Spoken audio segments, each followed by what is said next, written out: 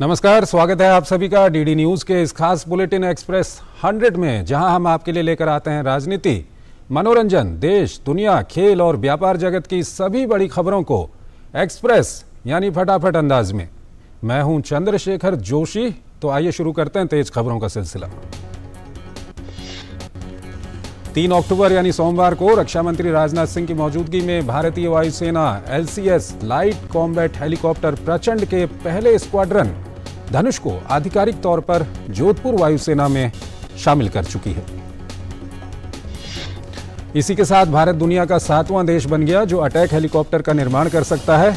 वायुसेना की परंपरा के अनुसार वाटर कैनन सैल्यूट देकर हेलीकॉप्टर का स्वागत किया गया। रक्षा मंत्री ने सबसे पहले सर्वधर्म पूजा की और इसके बाद LCH के सामने खड़े होकर फोटो भी खिंचवाई।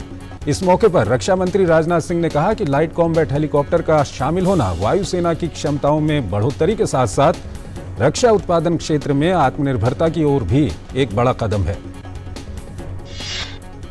रक्षा मंत्री राजनाथ सिंह ने खुद हेलीकॉप्टर में 15 मिनट उड़ान भरकर इसकी ताकत को परखा। उड़ान भरने के बाद रक्षा मंत्री ने कहा कि कारगिल से कन्याकुमारी तक इसके उड़ने की क्षमता है और रात में भी ये लक्ष्य को भेद सकता है। पाकिस्तान की सीमा के नजदीक भारतीय वायुसेना का ये LCH स्क्वाड्रन पश्चिमी सीमा से घुसपैठ और आतंकवाद रोकने में मदद करेगा। लाइट कॉम्बैट हेलीकॉप्टर को हिंदुस्तान एरोनॉटिकल लिमिटेड द्वारा भारत में ही बनाया गया है और ये अब तक का सबसे हल्का अटैक हेलीकॉप्टर है। इसका वजन सिर्फ 5,800 किलो है। इस हेलीकॉप्टर में 700 किलो की मिसाइल को भी इंटीग्रेट किया जा सकता है। लाइट कॉम्बैट हेलीकॉप्टर दुनिया के सबसे घातक अटैक हेलीकॉप्टर्स में से एक है क्योंकि ये 15,000 फीट तक की ऊंचाई पर भी आसानी से ऑपरेट कर सकता है। अब तक भारतीय वायुसेना युद्ध क्षेत्र के हेलीकॉप्टर्स के तौर पर रूस के Mi-35 और Mi-25 हेलीकॉप्टर्स का इस्तेमाल कर रही थी। LCH को अगस्त 2017 को शुरुआती ऑपरेशनल क्लियरेंस मिली थी और अभी ये तैयार है अपनी सेवाओं के लिए दुश्मनों को सबक सिखाने के लिए। राष्ट्रपति द्रौपदी मुर्मू गुजरात के 2 दिवसीय दौरे पर हैं। राष्ट्रपति के रूप में ये उनका पहला गुजरात दौरा है। राष्ट्रपति ने आज अहमदाबाद में साबरमती आश्रम जाकर अपने दौरे की शुरुआत की। राष्ट्रपति ने गांधी आश्रम का दौरा किया और महात्मा गांधी को श्रद्धांजलि दी। इस दौरान मुख्यमंत्री भूपेंद्र पटेल भी मौजूद थे। राष्ट्रपति द्रौपदी मुर्मू ने अपने गुजरात के 2 दिन के दौरे पर आज गांधीनगर में गांधीनगर स्थित GMERS में आयोजित समारोह में स्वास्थ्य, सिंचाई, जलापूर्ति और बंदरगाह विकास से संबंधित विभिन्न परियोजनाओं का उद्घाटन और शिलान्यास किया। राष्ट्रपति ने कहा कि इन परियोजनाओं से रोजगार के अवसर पैदा होंगे और किसानों व छोटे उद्यमियों को अनेक अवसर मिलेंगे। कल राष्ट्रपति महिला उद्यमियों के लिए गुजरात विश्वविद्यालय के स्टार्टअप प्लेटफॉर्म हर स्टार्ट का शुभारंभ करेंगी और अहमदाबाद स्थित इस विश्वविद्यालय में शिक्षा और आदिवासी विकास से संबंधित विभिन्न परियोजनाओं की आधारशिला रखेंगी। तेलंगाना की राजधानी हैदराबाद में हमले की साजिश रच रहे लश्कर के 3 संदिग्धों अब्दुल जाहिद, मोहम्मद समीउद्दीन और माज हसन फारूक को शहर के मलकपेट इलाके से गिरफ्तार किया गया। मेडिकल जांच के लिए उन्हें अस्पताल ले जाया गया। केंद्रीय मंत्री जी किशन रेड्डी ने कहा कि नरेंद्र मोदी सरकार आतंक के मुद्दे पर जीरो टॉलरेंस की नीति पर काम कर रही है। हैदराबाद और देश के अन्य जगहों पर आतंकी मॉड्यूल का सर्वनाश किया गया। लोकसभा अध्यक्ष ओम बिरला आंध्र प्रदेश के 1 दिवसीय दौरे पर हैं। उन्होंने नेल्लोर में स्वामी विवेकानंद की प्रतिमा पर माल्यार्पण किया। निर्वाचन आयोग ने 6 राज्यों की 7 विधानसभा सीटों पर उपचुनाव की घोषणा की है। अधिसूचना इस महीने की 7 तारीख को जारी की जाएगी। मतदान 3 नवंबर को होगा और मतगणना 6 नवंबर को होगी। जिन विधानसभा सीटों पर उपचुनाव होना है उनमें बिहार में मोकामा और गोपालगंज, महाराष्ट्र में अंधेरी पूर्व, उत्तर प्रदेश में गोला गोकर्णनाथ, हरियाणा में आदमपुर, तेलंगाना में मुनुगोड और ओडिशा में दामनगर हैं। मुख्य चुनाव आयुक्त राजीव कुमार ने घोषणा करते हुए कहा कि अभिनेता पंकज त्रिपाठी भारत निर्वाचन आयोग के आइकन होंगे। उन्होंने कहा कि नागरिकों के साथ सहज संवाद स्थापित करते हैं। पंकज त्रिपाठी इसी अंदाज से देश के ज्यादा से ज्यादा नागरिक मतदान के लिए प्रेरित होंगे। समाजवादी पार्टी के संस्थापक और उत्तर प्रदेश के पूर्व मुख्यमंत्री मुलायम सिंह की हालत गंभीर है। वो गुरुग्राम के मेदांता अस्पताल में भर्ती हैं। सपा नेता की हालत खराब होने पर क्रिटिकल केयर यूनिट में शिफ्ट किया गया है। गृह मंत्री अमित शाह का जम्मू हवाई अड्डे पर जम्मू कश्मीर के उपराज्यपाल मनोज सिन्हा ने स्वागत किया। विदेश मंत्री डॉक्टर एस जयशंकर 5 से 11 अक्टूबर तक न्यूजीलैंड और ऑस्ट्रेलिया का दौरा करेंगे। विदेश मंत्री की ये न्यूजीलैंड की पहली यात्रा होगी। स्वच्छता और शौचालय के प्रति जनमानस को जागरूक करने में अग्रणी भूमिका निभाने वाले सुलभ इंटरनेशनल के कार्यकलापों को देखने के लिए पूर्व राष्ट्रपति रामनाथ कोविंद सुलभ के नई दिल्ली स्थित ऑफिस पहुंचे। ईरान के तेहरान से चीन जा रही महान एयर की फ्लाइट में बम होने की खबर मिलने से हड़कंप मच गया। कॉल मिलने के बाद फ्लाइट की तुरंत लैंडिंग करवाने की कोशिश की गई। फ्लाइट संख्या W581 तेहरान से चीन के ग्वांगझू जा रही थी। ये विमान भारतीय वायु क्षेत्र में था। पायलटों ने पहले विमान को दिल्ली में उतारने की अनुमति मांगी। विमान को लैंडिंग की अनुमति नहीं दी गई थी। हालांकि बाद में इसे चीन की ओर जाने की अनुमति दी गई। 5 नवंबर 2013 को प्रक्षेपण और 24 सितंबर 2014 को मंगल की कक्षा में प्रवेश करने के लगभग 8 साल बाद भारत के ऐतिहासिक मार्स ऑर्बिटर मिशन मंगलयान का ईंधन खत्म हो गया है। मॉनसून भले ही विदाई के अंतिम पड़ाव पर हो, लेकिन बारिश की संभावनाएं अभी भी बनी हुई हैं। मौसम विभाग के ताजा पूर्वानुमान के मुताबिक आगामी 6 अक्टूबर से एक बार फिर हिमाचल प्रदेश समेत 3 राज्यों में भारी बारिश का दौर चल सकता है। आज विश्व पर्यावास दिवस यानी वर्ल्ड हैबिटेट डे है। हर साल ये दिन अक्टूबर महीने के पहले सोमवार को मनाया जाता है। इस दिन का उद्देश्य मानव बस्तियों की समस्या को हल करने के लिए सरकारों और पूरे समाज का ध्यान आकर्षित करना है। विश्व पर्यावास दिवस को हर साल एक थीम के तहत मनाया जाता है। इस साल की theme mind the gap, leave no one and place behind है। इस बार का विषय शहरों और मानव बस्तियों में बढ़ती असमानता और चुनौतियों की समस्या को देखना है। इस साल इस दिवस की मेजबानी टर्की कर रहा है।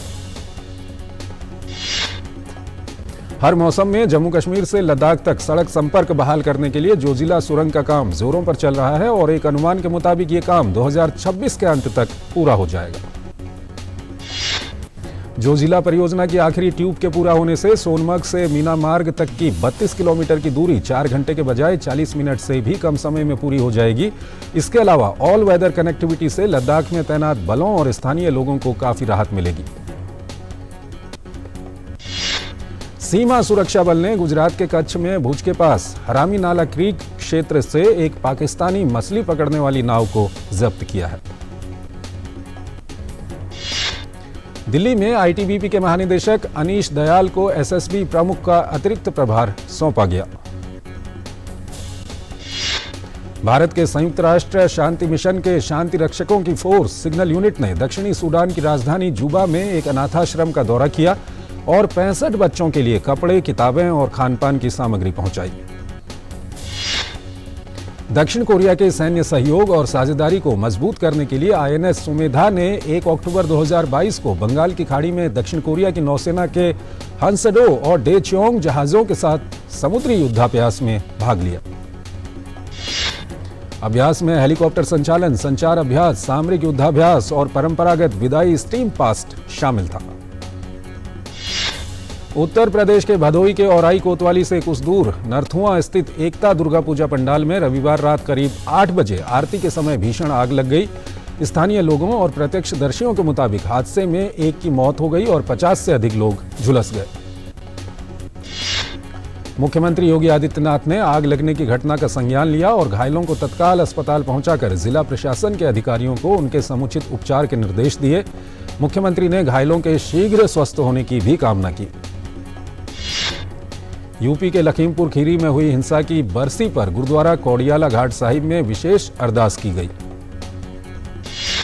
दिल्ली पुलिस ने प्रतिबंधित संगठन पॉपुलर फ्रंट ऑफ इंडिया के खिलाफ सख्त गैरकानूनी गतिविधि निरोधक अधिनियम यानी यूएपीए के तहत दक्षिण पूर्वी दिल्ली के शाहीन बाग इलाके में प्राथमिकी दर्ज की है। सोमवार को वरिष्ठ भारतीय पुलिस सेवा आईपीएस अधिकारी सुजॉय लाल थाउसेन ने केंद्रीय रिजर्व पुलिस बल सीआरपीएफ के 37वें महानिदेशक के रूप में कार्यभार संभाला। उत्तराखंड के मुख्यमंत्री पुष्कर सिंह धामी ने काशीपुर के उदयराज हिंदू इंटर कॉलेज में प्रधानमंत्री आवास योजना शहरी के तहत ईडब्ल्यूएस आवासीय परियोजनाओं की आधारशिला रखी। इसके तहत 9 आवासीय परियोजनाओं का शिलान्यास किया गया, जिसमें 7,776 मकान बनेंगे जो सितंबर 2024 तक पूरे होंगे। मध्य प्रदेश के मुख्यमंत्री शिवराज सिंह चौहान ने बाढ़ अतिवृष्टि के कारण फसल क्षति से प्रभावित लगभग 1,91,000 से अधिक कृषकों के खातों में 202.64 करोड़ रुपए की राहत राशि सिंगल क्लिक के माध्यम से वितरित की। असम में गुवाहाटी में बारिश के बाद रुक्मिणी गांव की सड़कों पर और एक दुर्गा पूजा पंडाल में जलभराव हो गया। दिल्ली के विशेष सीपी रविंद्र यादव ने कहा कि दिल्ली 2020 दंगों में मुख्य आरोपियों में से एक वसीम को अलीगढ़ से ताला बनाने वाले कारखाने से गिरफ्तार किया। वो 2 साल से पुलिस को चकमा दे रहा था।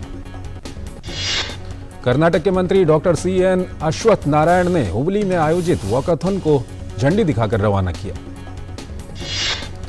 देश की राजधानी दिल्ली से सटे गुरुग्राम में एक 3 मंजिला इमारत का एक हिस्सा गिरने से एक बड़ा हादसा हो गया। हादसे में 4 श्रमिक मलबे में दब गए थे, जिनमें से 2 को सुरक्षित बाहर निकाल लिया गया था, जबकि एक श्रमिक की मौत होने की पुष्टि हुई है। जम्मू कश्मीर में एक बस दुर्घटनाग्रस्त हो गई। ये बस खोर गली के मोंगरी से उधमपुर की ओर जा रही थी। हादसे में एक की मौत हो गई और दर्जनों घायल हुए हैं। घायलों को नजदीक के अस्पताल में भर्ती कराया गया है। बिहार की राजनीति में अपने बयानों के जरिए कृषि विभाग में फैले भ्रष्टाचार को लेकर चर्चा में आए कृषि मंत्री सुधाकर सिंह का इस्तीफा मुख्यमंत्री नीतीश कुमार ने स्वीकार कर लिया है और उसे राज्यपाल को भेज दिया है। हरियाणा के मुख्यमंत्री मनोहर लाल खट्टर और उप मुख्यमंत्री दुष्यंत चौटाला ने हरियाणा में निवेश और व्यापार के संबंध में दुबई के शराब समूह के चेयरमैन के साथ बैठक की। हिमाचल प्रदेश में भाजपा अध्यक्ष JP नड्डा ने बिलासपुर में पार्टी की बैठक में हिस्सा लिया। इस दौरान मुख्यमंत्री जयराम ठाकुर, केंद्रीय मंत्री अनुराग ठाकुर भी मौजूद थे। ईडी ने कर्नाटक कांग्रेस के प्रमुख DK शिवकुमार और उनके भाई DK सुरेश को यंग इंडिया प्राइवेट लिमिटेड में उनके वित्तीय योगदान से संबंधित जांच के सिलसिले में नया समन जारी किया है। इन दोनों को 7 अक्टूबर को ईडी के सामने पेश होने को कहा गया है। आजकल शारदीय नवरात्रि की धूम देश भर में है। पश्चिमी राज्य गुजरात, जहां रात के समय गरबा का आयोजन किया जाता है। नाचते नाचते उत्सव को मनाने की ये परंपरा सदियों से चली आ रही है और ये देश के साथ ही विदेशी सैलानियों के लिए भी आकर्षण का केंद्र है। भारत की अनूठी संस्कृति का हिस्सा बनने के लिए विभिन्न देशों के राजदूतों और उच्चायुक्तों में भी उत्सुकता देखी गई और वो इसमें शामिल होने के लिए विदेश मंत्री S जयशंकर के साथ बड़ोदरा पहुंचे, जहां उन्होंने पूजा अर्चना करने के साथ ही गरबे का कार्यक्रम में हिस्सा लिया। विदेश मंत्री S जयशंकर ने बड़ोदरा में 50 विभिन्न देशों के प्रतिनिधियों के साथ लक्ष्मी विलाप पैलेस का दौरा किया। इस दौरान उन्होंने कहा कि गर्व की बात है कि विदेश के 50 से ज्यादा राजदूतों के साथ हम यहां आए हैं। S जयशंकर ने बताया कि वो उनमें काफी उत्साह है, वो गुजरात की उन्नति देखना चाहते हैं। मुझे उम्मीद है कि उनके मन में गुजरात के बारे में एक अच्छी छवि बनेगी। गुजरात की सांस्कृतिक राजधानी कहा जाने वाला बड़ोदरा गरबा के लिए प्रसिद्ध है। गरबा में हजारों लोग शामिल होते हैं और वो देवी की आराधना में गीत संगीत के बीच पारंपरिक परिधानों में नृत्य करते हैं। प्रधानमंत्री नरेंद्र मोदी ने दुर्गा अष्टमी के अवसर पर सभी देशवासियों को बधाई दी और उम्मीद जाहिर की कि मां महागौरी हर किसी के जीवन में सौभाग्य, संपन्नता और सफलता लेकर आए। महादुर्गा अष्टमी देश के सभी हिस्सों में धूमधाम के साथ मनाई गई। जहां एक ओर देश भर में पंडालों में अष्टमी की विशेष पूजा अर्चना की गई, तो देश के अलग अलग हिस्सों में मंदिरों में मां के महागौरी रूप का विशेष श्रृंगार भी किया गया। दिल्ली के झंडेवालान मंदिर में अष्टमी के मौके पर विशेष आरती हुई, जिसमें बड़ी संख्या में भक्त पहुंचे। दिल्ली के तमाम इलाकों में लगे पंडालों में लोग मां के दर्शनों के लिए पहुंचे। दुर्गा अष्टमी के मौके पर मुंबई में भी माता के मंदिरों को विशेष रूप से सजाया गया है। मुंबा देवी मंदिर में विशेष आरती की गई। गुजरात में नवरात्रि के मौके पर गरबे की धूम देखने को मिल रही है। लोग बढ़ चढ़कर डांडिया डांस में हिस्सा ले रहे हैं। यूपी के मुख्यमंत्री योगी आदित्यनाथ ने गोरखपुर में दुर्गाष्टमी के अवसर पर पूजा अर्चना की। इसके साथ ही सीएम योगी ने शक्ति स्वरूपा मां दुर्गा से लोक कल्याण की कामना की। असम के मुख्यमंत्री हेमंत बिस्वा शर्मा ने नौगांव जिले के कुछ पंडालों में पहुंचकर वहां पूजा अर्चना की और दुर्गाष्टमी के मौके पर मां दुर्गा का आशीर्वाद लिया। वित्त मंत्रालय ने 15 अक्टूबर से एक विशेष वित्तीय समावेशन अभियान चलाने का फैसला किया है। वित्त मंत्रालय ने ट्वीट करके बताया कि यह अभियान 15 अक्टूबर से 26 नवंबर तक चलेगा। सोमवार को शेयर बाजार गिरावट के साथ बंद हुआ। सेंसेक्स 638 अंक की गिरावट के साथ 56,788 पर आ गया। वहीं निफ्टी 207 अंक की गिरावट के साथ 16,887 पर बंद हुआ। शेयर बाजार में गिरावट के चलते विदेशी मुद्रा बाजार में रुपया डॉलर के मुकाबले 42 पैसे लुढ़क कर 81.82 पर बंद हुआ। सराफा बाजार में आज सोने का भाव 161 रुपये की बढ़ोतरी के साथ 50,682 रुपये प्रति 10 ग्राम हो गया। चांदी भी 1,010 रुपये के उछाल के साथ 58,039 रुपये प्रति किलोग्राम पर पहुंच गई। अंतर्राष्ट्रीय स्तर पर लंदन ब्रेंट क्रूड आज 2.58% बढ़कर 87.34 डॉलर प्रति बैरल पर और अमेरिकी क्रूड भी 2.70% की बढ़ोतरी से 80.85 डॉलर प्रति बैरल पर आ गया। 6 से 7 अक्टूबर के बीच इंडोनेशिया के जकार्ता में G20 देशों के संसदीय अध्यक्षों की शिखर सम्मेलन बैठक होगी। भारत की तरफ से इसमें लोकसभा अध्यक्ष ओम बिरला और राज्यसभा के उपसभापति हरिवंश शिरकत करेंगे। ब्राजील के वर्तमान राष्ट्रपति जेर बोल्सोनारो और पूर्व राष्ट्रपति लूला डी सिल्वा 30 अक्टूबर को राष्ट्रपति पद के लिए होने वाले रन ऑफ में हिस्सा लेंगे। पहले चरण में पूर्व राष्ट्रपति लूला को 48.3% वोट मिले, जबकि बोल्सोनारो को 43.3% मत मिले। भारत ने इंडोनेशिया के स्टेडियम में हुई घटना पर शोकाकुल परिवारों के प्रति संवेदना व्यक्त की है, जिसमें 125 लोग मारे गए और 320 से अधिक घायल हो गए। मैनचेस्टर सिटी के मैनेजर पेप गार्डियोला और मैनचेस्टर यूनाइटेड के मैनेजर एरिक टेन हैग ने भी इंडोनेशिया के लिए अपनी संवेदनाएं भेजी। गार्डियोला और टेन हैग दोनों ने स्टेडियम में हुई घटना को एक दुखद घटना बताया। पोप फ्रांसिस ने इंडोनेशिया स्टेडियम की घटना के पीड़ितों के लिए प्रार्थना की है। फ्रांसिस ने कहा कि वो उन सभी लोगों के लिए प्रार्थना कर रहे हैं जो इंडोनेशिया में एक फुटबॉल मैच के बाद हुई झड़पों में अपनी जान गंवा चुके हैं और घायल हो गए हैं। अमेरिका के फ्लोरिडा और उत्तरी कैरोलिना राज्यों में तूफान इयान की चपेट में आने से कम 80 लोग मारे गए हैं। अकेले फ्लोरिडा के ली काउंटी में तूफान की वजह से 42 लोगों की मौत हो गई है। फ्लोरिडा के गवर्नर रॉन डेसेंटिस ने कहा है कि फ्लोरिडा के 93% घरों को बिजली बहाल कर दी गई है, जबकि तूफान इयान से बचाव का अभियान जारी है, क्योंकि राज्य को आपदा से उबरने में अरबों डॉलर खर्च होने की उम्मीद है। भारत ने कनाडा के ब्रैम्पटन में हाल ही में अनावरण किए गए पार्क श्री भगवद गीता में तोड़फोड़ की निंदा की है। अधिकारियों से मामले के खिलाफ जांच और त्वरित कार्रवाई करने का आग्रह किया है। रूस के संवैधानिक न्यायालय ने रूस के कब्जे वाले यूक्रेनी क्षेत्रों के रूसी संघ में प्रवेश पर संधियों को मंजूरी दे दी है। इन संधियों पर 30 सितंबर को क्रेमलिन में हस्ताक्षर किए गए थे। बुल्गारिया में एग्जिट पोल ने पूर्व प्रधानमंत्री बोकियो बोरिसोव की जीईआरबी पार्टी को संसदीय चुनावों में नेतृत्व करने की भविष्यवाणी की है। एग्जिट पोल ने जीईआरबी पार्टी को 23.6% से 25.5% मतपत्रों के साथ आगे दिखाया है। बुर्किना फासो में सैन्य नेता लेफ्टिनेंट कर्नल पॉल हेनरी दमीबा देश की गंभीर सुरक्षा स्थिति और एक इस्लामी विद्रोह से निपटने में असफल रहने के कारण तख्ता पलट में हटा दिए गए हैं और अब वो औपचारिक रूप से पद छोड़ने के लिए सहमत हो गए हैं। पाकिस्तान में आई भीषण बाढ़ का प्रकोप धीरे धीरे कम हो रहा है। सिंध के 22 में से 18 जिलों में बाढ़ के पानी का स्तर कम हो गया है।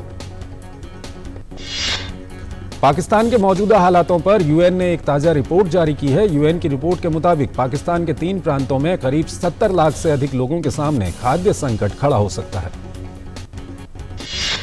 ईरान में 22 साल की युवती महसा अमीनी की पुलिस हिरासत में मौत के बाद आज तेहरान की शरीफ यूनिवर्सिटी के छात्रों की पुलिस के साथ जोरदार झड़प हुई।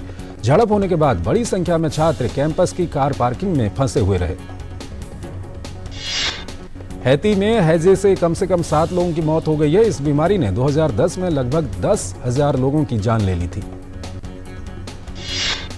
महिला एशिया कप के अपने दूसरे मुकाबले में भारतीय महिला टीम ने मलेशिया को 30 रन से हरा दिया है। बारिश की वजह से बाधित इस मुकाबले का फैसला डकवर्थ लुइस नियम के तहत लिया गया। मैच के स्थगित होने तक मलेशिया की टीम 5.2 ओवर में 2 विकेट खोकर 16 रन ही बना पाई थी।